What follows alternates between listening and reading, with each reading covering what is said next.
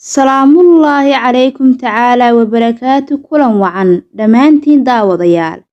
meel walba aad joogtaan iyo si walba muuqaalkeenu idiin soo gaaro halkaas sida tooska nagala socotaan waa Saafi Media. Haddaad nagu cusub tahay daawada nagu soo biir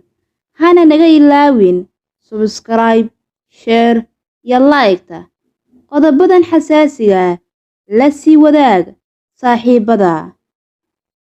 Sheekh Cabdiraxmaan Bashiir waa muwaadin reer Jabuuti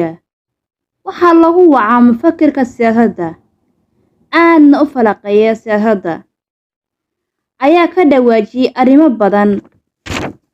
oo xasaasi ah.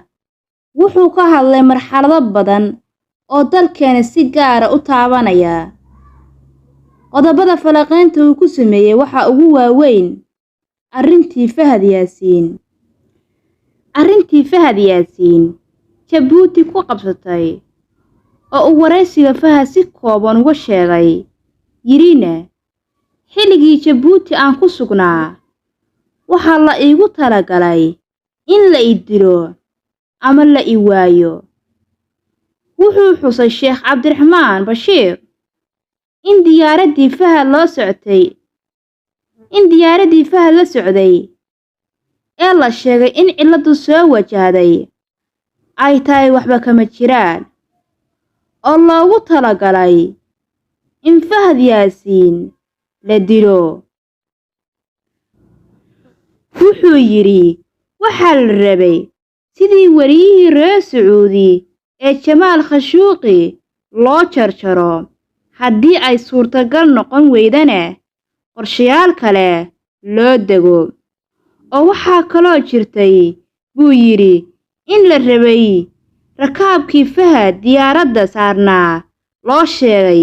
in ay cillad jirto sidaasna ay Jabuuti ku joogaan in muddo ah isagana marka uu hotel dego sidaas lagu dilo halkaasna lagu reebto. Qababku waa badnaayeen ayuu yiri Sheekh Cabdiraxmaan Bashiir. Sidoo kale waxaa jiray qorshe kale oo ahaa in Fahad isla aeroboorka dalka Jabuuti lagu afduubto. Arrimahaas oo dhan waxaa dowladda Kenya iyo Imaaraadka ka caawinayay taliyaha booliska ee dalka Jabuuti. Isla waqti xaadirkaas Fahad lagu xanibay Jabuuti. Waxaa diyaarad ka soo duuleysay Imaaraadka Carabta taas oo la rabay in lagu qaato Fahad. Intaas oo dhan ka horse dowladdii xilligaas ee Maxamed Cabdullaahi Farmaajo ay qoraal rasmi ah u dirtay Turkiga iyo Jabuuti taas oo ay uga sheegayso in amniga Fahad Yaasiin ay iyaga mas'uul ka yihiin waxna laga weydiin doono. Taliyihii nabad sugidda Jabuuti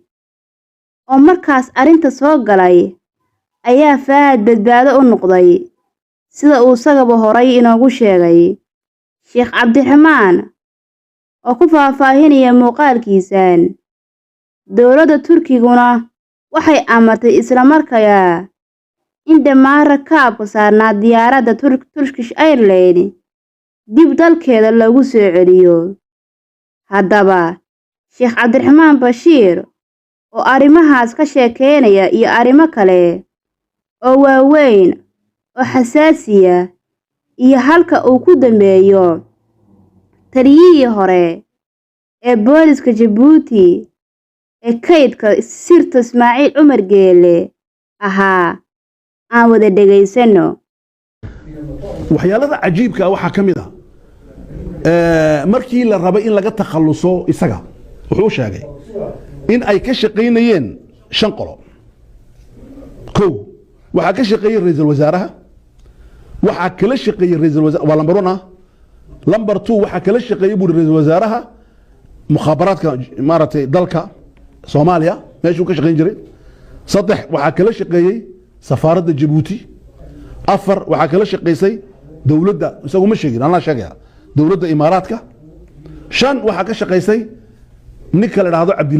Cabdilaahi Cabdi oo xakuma booliska Djibouti ka ah maaratay hogaamiye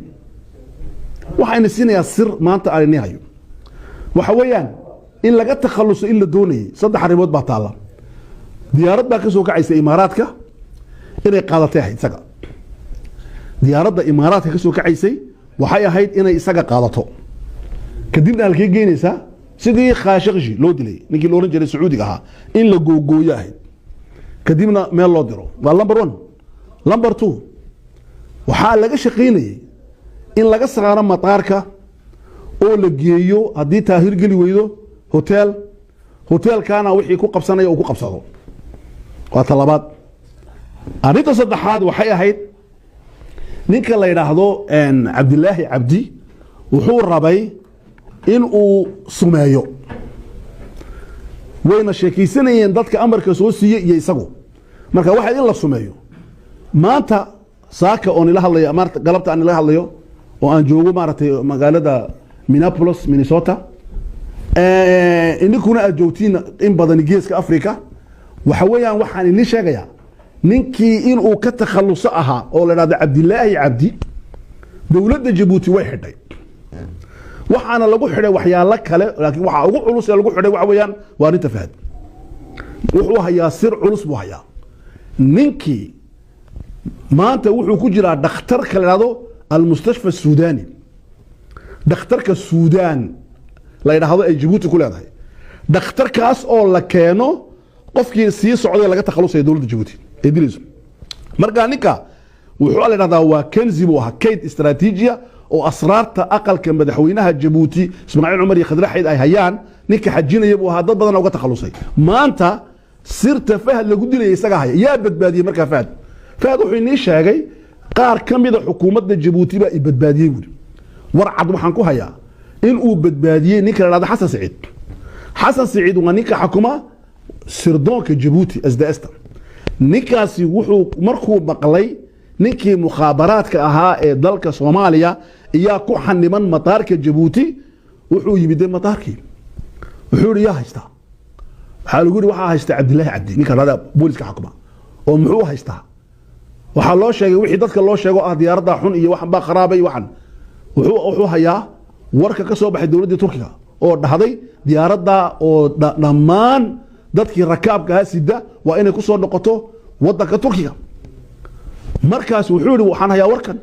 oo iga soo gaaray safaaradda Turkiga waxa muhiim ah wasiirka arrimaha dibadda wixii oo dhan waxa muhiim ah in ninkan la sii daayo arrintaasina waxa cirka ku shareeray wuxuu ahaa dowladda Soomaaliya oo gaarsiisay Djibouti Turkiga gaarsiisay amniga Fahad inay mas'uul ka yihiin Turkiga iyo Djibouti marka ninkii khadki waa ka baxay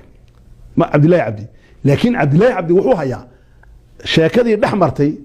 inay imaaraadku imato inay qaadato in la sumeeyo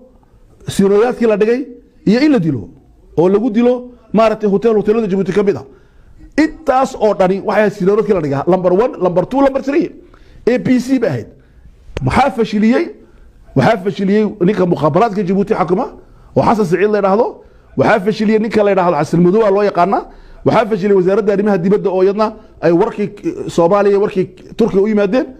waxaa fashiliyay oo kaleeto dawladda Soomaaliya oo kor u qaaday oo tiri ninka mas'uuliyadiisa waxa mas'uulka iyo ka okay marka arrimaha uu soo bandhigay waxa weeyaan Fahad wuxuu yahay maanta waa kayd sir oo laba lugood oo socda waa kayd istaraatiiji ah wuxuu hayaa khilaafkii Kenya iyo Soomaaliya intuu leeyahay halku ka bilaabmay ninka qura ee si sir u hayo weeyaan wuxuu hayaa khilaafkii Ethiopia halku ku dhamaaday maxaana isbedel ku dhacay wuxuu hayaa Eritrea ciyaalkii la geeyay halkii joogan wuxuu hayaa gudaha Soomaaliya maxaa ka socda kulluha gacantiisa ku jiraan